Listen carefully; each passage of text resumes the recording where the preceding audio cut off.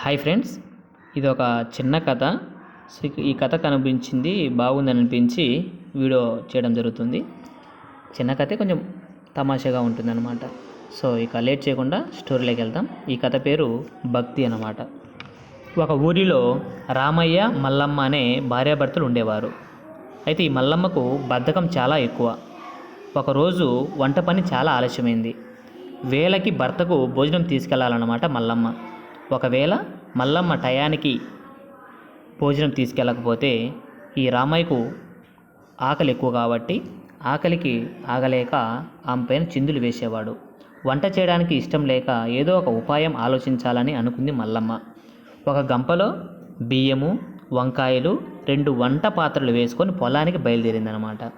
ఆలస్యంగా వచ్చిన భార్య పైన కోపంగా అరిచాడు రామయ్య. అప్పుడు ఆమె, ఏమయ్యో, ఇంత మాత్రానికే ఇలా కోపంగా చిందులు వేయాలా?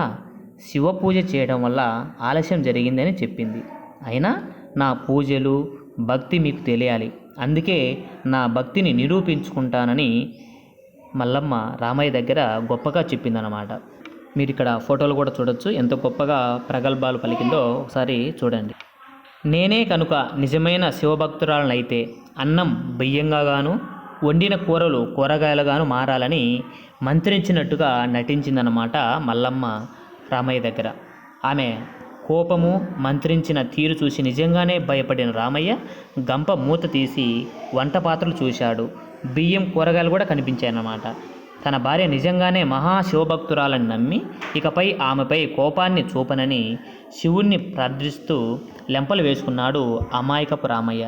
ఇలాంటి అమాయకపు రామయ్య వల్ల ఆ రోజుటికి మల్లమ్మ తప్పించుకోవడం జరిగిందనమాట, వంట చేయకుండా.